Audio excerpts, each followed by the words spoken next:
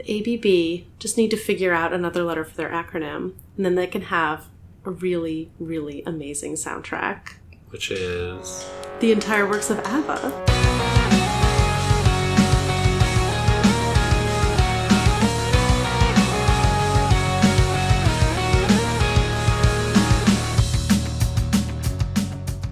Welcome to Inchworm, the podcast in which we are inching through worm. I'm Jenny. And I'm Ted.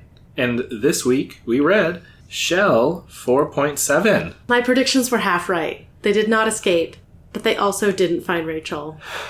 I know. Nothing good happened in this chapter for our villain heroes. Yeah. It's a tough one. It's looking bad. A tough one is a good way to describe bad for our villains. Yeah. Well, as we know, Grue has blanketed the area in darkness. We knew, So the Undersiders have a chance to escape this army of ABB goons. But will they? Plus Bakuda. And they do. Grue lifts Taylor up onto one row of storage lockers, and Taylor helps Regent and Tattletale up behind her, and then Grue, and they basically jump over a row of storage lockers into the next aisle and see that it's quiet there, but there are ABB stationed at either end of the row of lockers. So sort of, they can either turn left or right, but no matter which way they go, they're going to run into some gang members. Their initial reaction is, why are there so many people? I guess the ABB, they're sort of tough, but this is the dozens of people, and they have these extra guards stationed. It just feels like, where did they get all these people? Where did they get all these people? Especially a week after Lung is taken down. Mm-hmm. They don't have much time to reflect, though, because Tattletale suddenly clocks that there's a trap. In particular, the closer of the set of gang members, it's just one guy, supposedly, turns out to be a hologram concealing a bomb. Yep. And they're able to sort of throw themselves to the ground, but the bomb goes off. It destroys the surrounding areas. They're caught in sort of the edge of the blast radius, a little bit burned, but no one's severely injured.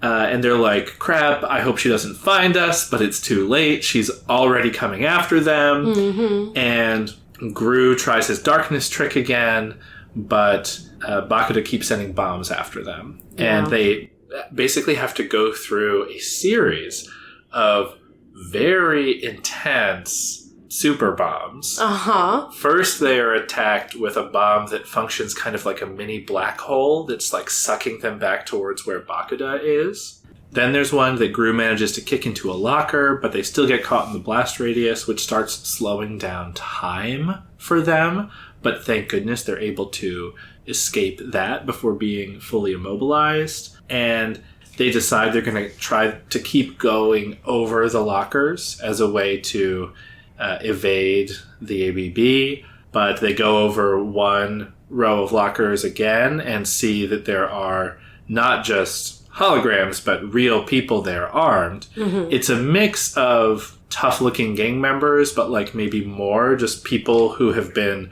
forcibly recruited in, not sort of what you'd expect from a gang, young men, but people of all ages, people with improvised weapons, and not children, children, people, yeah. So they decide to double back because just getting fired on, even in Grue's darkness, there's a chance they could get hurt.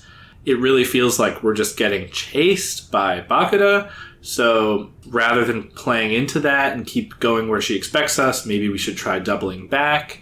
And they go back through, back over some lockers, back through an area that had been sort of bombed open, get close to back where that first bomb went off, and they run right into Bakuda, who's riding on the back of a Jeep, and all of her motley crew of ABB gang members and new recruits. She aims a grenade launcher at them. And says, checkmate. Yeah, so I don't think this is a very fair game of chess. I don't think they knew it was happening at the same time that she did. This was just such a brutal beatdown of our main characters. Yeah. And I'm very I mean, I really want to know what happens. I really want to know if they're going to be okay. I assume they'll mostly be okay eventually. But, like, how is Bakuda pulling this off? Yeah. So there are several questions. Yeah. There's a question of how long she's been planning this in general. Like, why is she spending all her firepower on this? Like, I'm curious about her. You know, why is this worth it to her to this larger extent? motivation. Yeah. Yeah. Because what it seems like she's done is recruited, like, every, I guess, Asian person. I don't think the text says they're all Asian, but I think we probably would have been told if they weren't. Every Asian person who can stand up, I guess, in Brockton Bay, and given them weapons and, like, forced them, like, you know, there was conjecture that, like, she must have threatened their families or something. So, like, this is such a big operation. Tattletale in particular says, like these people, I can tell these people are scared, right? Like, they're here against their will.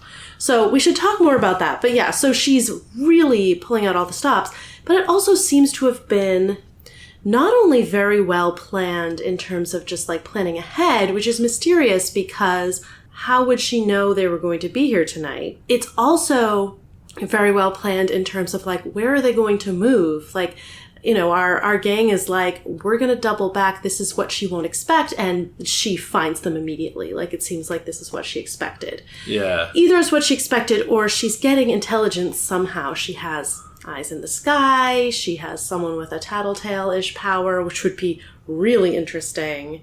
Yeah. Tattletale versus another tattletale. That would be pretty darn rough.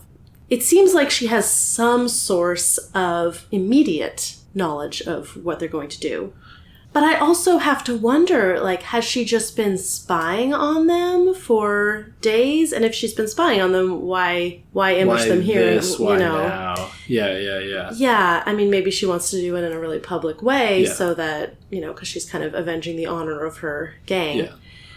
Yeah, I suspect that Bakuda has some sense of what's going on, whether she's kind of just good at tactics and responding to things, or she has more information. But the Undersiders are also very much rats in a maze, right? Once they go over the first set of lockers, it seems like what it is there are gang members or hologram traps, or maybe just hologram traps at the end of both ends of every aisle of lockers. Right. So just the initial mistake they made of, like, going over the first locker to get out of that crowd, which, like, it makes sense that they would do that. Was that even a mistake? Because what else could they have done? But then, I guess what I'm saying is maybe the Undersiders might have just been cornered after that first moment. You have a big gang in the first aisle, a big gang on the other side, and then there were 2 or 3 aisles with traps on either end, and she's in a Jeep. They can pretty effectively just zip around in a circle. So, like, it's like their options feel very limited in a sense of... So maybe it's all down to the setup that she did, because she created this maze. That's what I'm trying to say. Is right. Like, the trap was laid very expertly, and it wasn't until they got to that second gang of people, perhaps, that they realized that they were in such a bad trap. Such a broadly laid trap. So maybe she was spying on them and knew they would be here tonight. Maybe she has some connection to the boss? Well, no, they were going to meet the boss with the money. They weren't going to meet the boss at the locker with the money. Presumably the boss doesn't know where they're keeping the money, or why would they have to meet at all? I assume not. Tattletale, I think, says something in this chapter of, like, she would have only had half an hour to prepare or something. Well, if they watched Rachel going to the meeting point... Right. Tattletale & Co. was supposed to be there half an hour ago, so that's presumably around when Rachel was there. So if they ambushed Rachel kind of once she got there, they would have had half an hour to prepare. That's clearly not what happened. Yeah. Like, they had so many people with them. They had all the bombs, you know, they set everything up. It had to have been pre-planned. So how did they know? Yeah. I don't know. I guess we'll find out. They can plan very effectively. Yeah. Maybe they are just very, like... You know, Bakuda is just very quick to adapt to a situation. Maybe she was like, we'll just tail them all week and find and wait until they get to a good location like this. Like, that just feels... That feels so reactive for someone who is clearly so prepared. Well, I have a thought that I will share that it's possible this is like a spoiler, but I don't remember it's a spoiler, but it's very low stakes. We see the hologram traps Yeah. And Bakuda's obviously the bomber here. Right. But who's the hologram last chapter, Leet had that hologram bomb backpack thing, right? Yeah. So if he made a hologram maker, he could, so that could have been, that's like a more actually synergistic reason they might have been working together, as opposed to it was kind of for, the fun of it. Though if he had a hologram backpack, how could he make another hologram maker? That's true, but maybe he used it. Who knows? Yeah. Who knows? The other thing is that there was no mention of the streaming camera. I don't remember. Did the snitch? Did Taylor totally take it out, or did she just obscure it? She just obscured it with bugs. If it was watching from the sky and feeding Bakuda that could also be. That's what I was just thinking. Yeah. Is that if she has some kind of smart device. And that thing is flying around. Just a normal drone would do it, although I guess those were really You'd sort of think maybe Taylor would have still been aware of it, but obviously it's really chaotic. She doesn't really have very many bugs right now. Yeah, her swarm basically doesn't come up at all in the chapter. It comes up really briefly, and she can't really do anything with it. Yeah. Yeah, and she doesn't have much of one. So it's possible Leet could answer some of these questions, I guess is my hypothesis. Yeah. But I'm not saying there's not another element, but yeah. It's a good point that Bakuda probably didn't't the holograms. She does seem like a tinker. I mean, she makes these bombs. Yes. We don't know that her power is limited to bombs. Yeah. So she could also have made That's true, actually. things. I'm making the mistake that everybody does when they look on Parahuman's wiki, which is just because you know that somebody's brand is, I do bombs, doesn't mean that that's all they do. Right. Yeah, exactly. It does make sense to me, thinking about it a little more, that Bakuda would pull out all the stops like this for them. Because, from her perspective, so she's just joining up with this gang. Their extremely powerful leader suddenly gets taken out. Yeah. By the Undersiders, who later that week perform a really high-profile bank robbery. Yeah. Take out the wards. And part of the reason is that they have this new member who's really powerful. The Undersiders are rising in the world, and they're climbing over ABB's back to do it. It would make sense that you'd have to go real hard to take them down. Absolutely. Yeah. Absolutely. It totally makes sense. So, other, impressions of Bakuda? Oh my gosh. She's really cool. So right? I think she's awesome. I don't remember liking her this much or at this point in the story or something, but just rereading it, I was like, yeah, that's awesome. She's got her gas mask is part of her thing. Mm-hmm. And so when she's coming after them and they're like, well, I hope she doesn't find us, she's like, I've already found you. But it's not a sing song because the gas mask makes it monotone.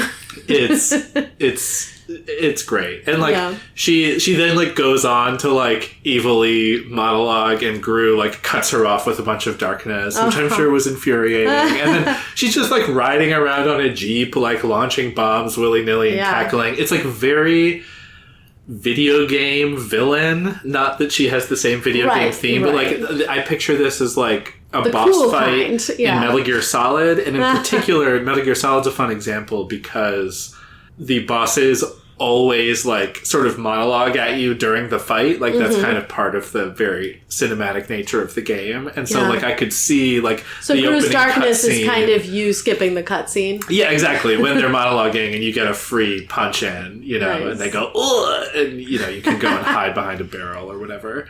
So I was like, oh yeah, and she's so cool. I want to like her. But also, she's terrible. Not necessarily what she's doing to our gang, because, they're also villains. They took out her ex-boss. They arguably deserve it. What she's doing to them is kind of fair play. What she's doing to the people in her, not in her gang, but, in her group of soldiers, as Taylor decides to call it, is, not cool. Yeah. We had talked about how it seemed like Lung was, according to Taylor, recruiting every Asian, I don't know if it was every Asian person or every Asian guy between the age of 12 and 60 and making them either join up or pay protection.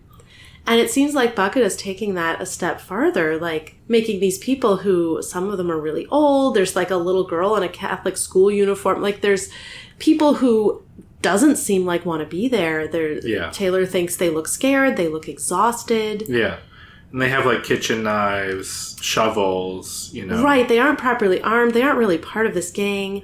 they don't want to be there, and they're facing supervillains. Yeah, there was a look of grim resignation on their faces, circles under their eyes that spoke of exhaustion as they watched us. And I forget who says that, like, they, she probably threatened their families. Like, this is awful what she's doing to them. And Tattletale would really object, like, pulling in people who are outside of the cops and robbers game. Like, this is not in any way an okay thing to do. And we have, Tattletale, reliable narrator, whatever, but she called out Lung as being sort of one of the crazies, quote unquote, in terms of the villain dynamic, and Lung wasn't doing this, right? Bakuda has, like, brought something extra on top of that, which sort of places her either at that level or worse, or maybe she's in the, like, monster level, that we haven't really talked about yet. I have to wonder, given the interlude we just read, the extent to which the gang warfare in this town is racialized is, like, I wonder if she thinks, if she managed to convince any of these people of it also, that, like, the Undersiders taking out Lung isn't just like, oh, like, our gang leader got taken out. It's like they're trying to destroy the Asian population. Like, this is the group that protects the Asians in this town, and we're under attack. Like, our people will not be safe. I mean, our people is, I don't know how much they think of themselves as a people. They're not even all from the same country. Many of them are probably American by birth, but I don't think we know. It's an interesting thread to pull on, and I think the text is sort of absolutely inviting the question. Yeah. We have no idea if Bakuda is thinking of this as, like, she's taken over a business, and she's, like, saying, like, whoa, these people are paying me protection money, but couldn't I arm them and have them be, like, bodies in my plan? Or is it more like, oh, Lung has some really interesting ideas about, like, Pan-Asian identity, and, like, I'm going to, whether I'm doing it cynically or not, I'm going to exploit that, right? I don't think we've seen an indicator either way. I remember when we were talking about Lung, I feel like we were speculating a little bit, like, it felt like it was presented to us as that he is a very unique and powerful force, and he, like, just sort of like his personality was behind the gang. Right. And this is interesting because, like, the gang didn't totally dissolve in the week since he's been gone. But on the other hand, maybe it would have, and Bakuda is, like, really trying to hold it together because she's very the successfully. Only one left. Yeah. I mean, we were saying last time that, like, everyone's so terrified of her they won't tell Purity about her even when she's breaking their limbs. Yeah. So, I mean, she's cool. She's also awful. Yeah. I got to enjoy Bakuda being cool for about 30 seconds before we brought it back down to earth. But I'll also point out, though, this entire time, actually, I would like you to Google on your phone what Bomber Man looks like. Because you have to remember that except for the gas mask, Bakuda is also wearing a Bomberman costume, which... Oh, wow. The little, like, slits for eyes, like, red circle hands. Yeah, they're pink. The pink, they're pink ball gloves and pink boots and a pink antenna. Oh, I see. Yeah. It's so silly, right? Which, like, the costume isn't mentioned at all in this chapter. It's so easy to forget, but, like, just remembering that I was comparing her to a video game boss again, but, like, she wouldn't look cool while doing this, right? She would look incredibly silly. But her powers are so cool, and she is wielding them so competently that, I mean, she comes off great. Except for the evil. I guess, high charisma, fun in the context of she's a powerful foe for our hero villains. Mm-hmm. Not so fun in terms of the effect that she's having on the city. Especially the people in her army. Her motley crew. Yeah. It is funny, you were mentioning Caden's interlude, that she was like, oh, Lung got taken out. This is my chance. Not so much. Completely unaware of Bakuda. It seems like it's gone so poorly. And as you were saying, this is all happening right now. They're all in one place. Right. This is when she's probably across town telling Kaiden. Exactly. She's like, where is everybody? This is where they all are. I wonder if Caden was making things worse, actually. If she was going around, like, really upping her game, like, interrogating and torturing Asian people she found. No, of course. Because it doesn't seem like she draws much of a distinction between, members of the ABB and other Asian people, then if Bakuda is trying to sell it as like, we're under attack, we need to arm everyone, you have no choice about it. But if she is trying to sell the philosophy behind that, like purity, the symbol of white supremacy, going around and beating up all the Asian people in town, is going to be making that recruitment pitch so much more effective. Yeah. Though we don't have a lot of evidence that any of the recruitment was effective. No, I mean, it seems to have been generally coerced. But yeah, we are setting up. That gang war dynamic is being set up. Yeah. And our villain heroes are maybe the first victims. Yeah. It's interesting, like, the sort of the rhythms of a story like this. And, of course, I don't know where it's going to go. But this is, this is a down chapter. They weren't, like, horribly incompetent or anything. But, they really didn't get any wins. Yeah. They escaped some blows, like they ducked some blows, but they didn't really return any. They weren't able to do anything except attempt to flee and fail. And now they're in a really tight corner with just, dozens of armed people facing them down, and Bakuda standing there with a grenade launcher saying checkmate. So I was going to say there's nowhere to go but up. It would be nice, I would enjoy it, if in the next chapter they manage to, I don't know if get some of their own back, but like they get some wins. Like maybe it's still a struggle, but things trend in a more upward direction.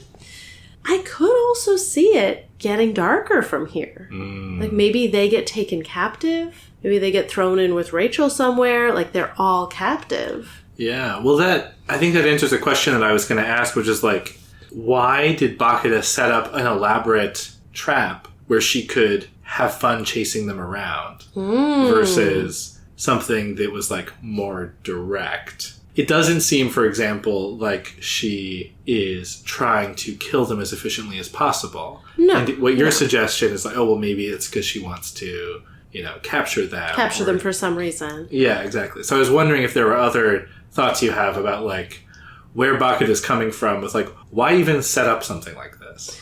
I mean, I could definitely see she's trying to do to them what they did to Lung. Like, she wants to tie them up, leave them somewhere for the Protectorate to find. I could also see, and these could all be true, her wanting to demonstrate her power to her new followers, coerced or not, and to the community at large. Like, it's going to be a much better story of, they ran through this maze and faced down all of these different bombs, and, we kept them running, and got them into a corner. Like, it's just going to have more to tell. That's true. It's like a tech demo. We sniped them from a distance. Here's some of my coolest bombs. Exactly. I used them on live targets, and I won.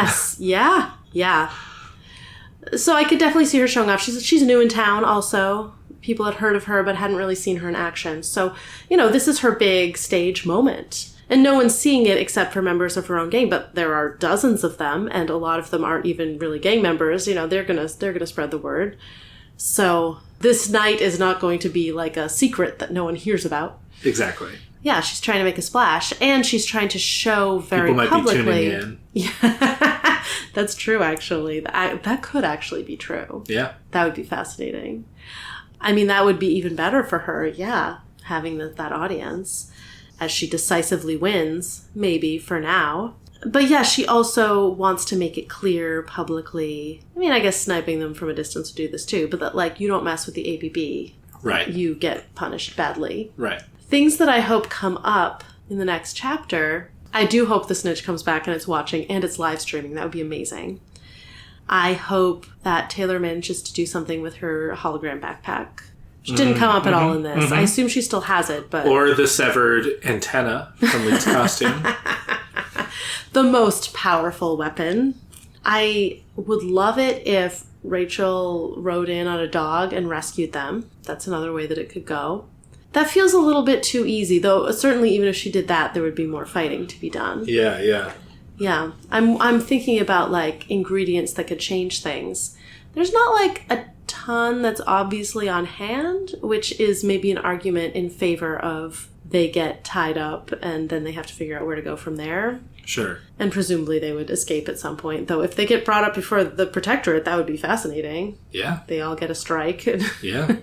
Taylor has to try to argue her case. I don't think that's going to happen. I think that feels a little bit too game over-y. Yeah.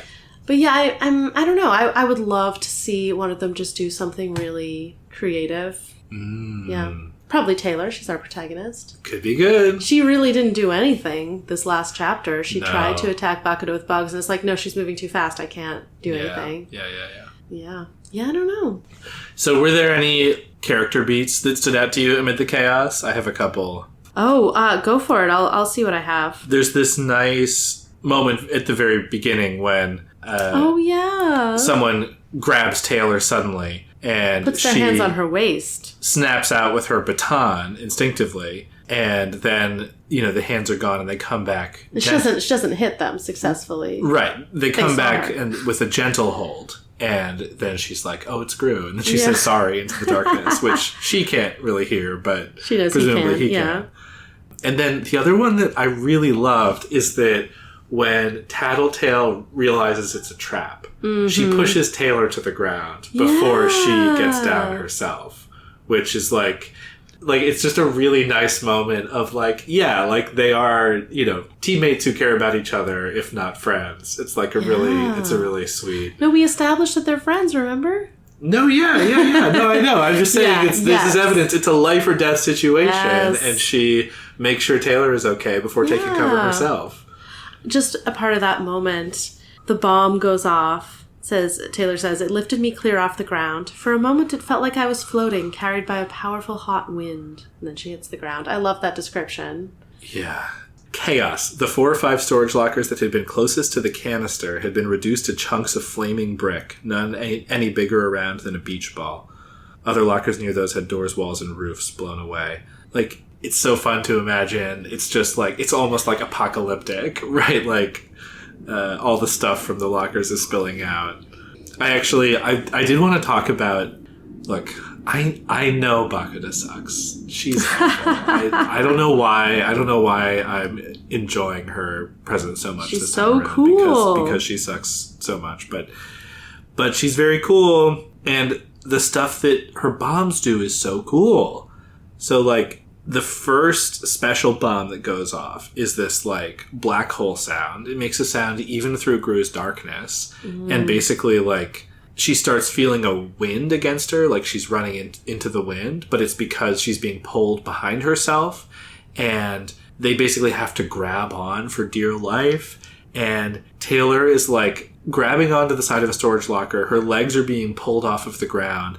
She ends up just sticking her knife into one of the doors and trying to hold on, and then she has to do this maneuver where she knows the knife is going to slip out, so she has to grab onto something else. It had slowed me down enough, though.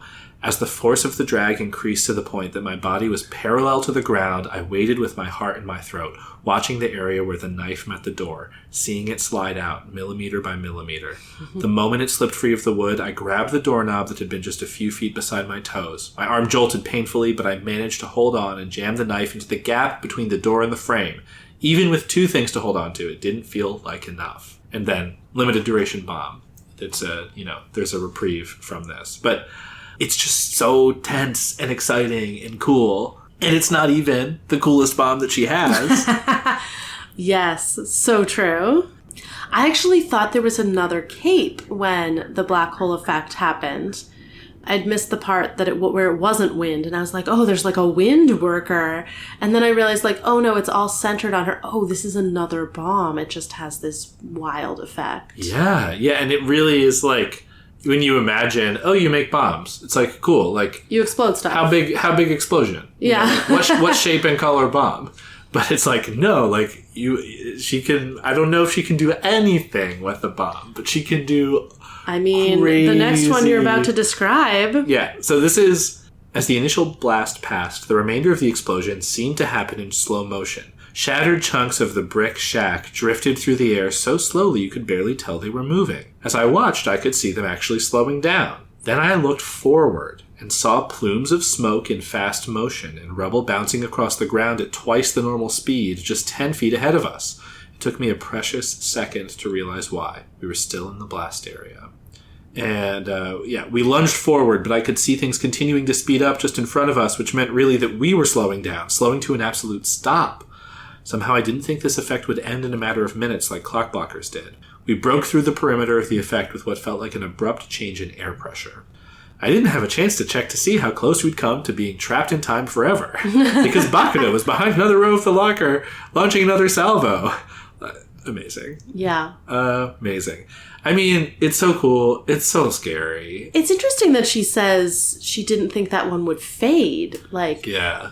I mean, would they actually have been trapped in time forever? I kind of missed that when I was reading it, like, because that just doesn't seem plausible to me. Like, explosions are usually brief, and then the effects fade. But I guess it's a hunch on Taylor's part. Like, what's exploded is still, in pieces. So maybe what's frozen in time is... But, if she has the ability to make a bomb that will freeze something in time forever, that's actually kind of world-bending. Yeah. Maybe she's made the birdcage. No, I mean... She just blows them all up with bombs once they get arrested. Yeah, exactly. She probably can make the same kind of bomb more than once because she isn't Leet. Right, no, probably. And also, it's like, this is kind of why I'm like, she's toying with them, because like, her bombs are so effective. It's like, if she has, two of them, she probably could have just put one on either side and then they're screwed. Like, it definitely kind of seems like... Right. Like, it feels like a cat playing with mice. Oh, yeah. I do want, once we're done with character moments, I want to look at the first 5 words of the next chapter, and I hope they're one of them pointing out that that's not how chess works. You always start with the same number of pieces. You start in a level playing field. That is not what this is, Bakuda. Your analogy is wrong. Yeah, anything else you want to talk about? I think that's it for me. Okay. Well, I've already made predictions. I guess I've said several options. I haven't put a stake in the ground. I mean, what if they just say, "Oh my god, you're cool. We're in." Here's what I think. I think both my predictions are going to come true. I think in the next chapter, they will do some cool stuff. They'll have some, genius moves. We'll get to see some innovative use of powers. But it won't be enough, and they will get captured. And they will end up tied up with Rachel and hopefully the dog, who we hope is still alive. And then they'll have to figure out how to escape from there. All right. It's going to be capture and escape plan. Yeah. Do you want to look at the very beginning of the next chapter? Sure, yeah. I'm going to look at the first 5 words. I've discovered facing down more. It's just, she's getting philosophical. She's getting reflective. That doesn't tell me anything. Yeah? Well, what do you think she's reflecting on in this moment? Okay, so she's, facing down a lot of armed people.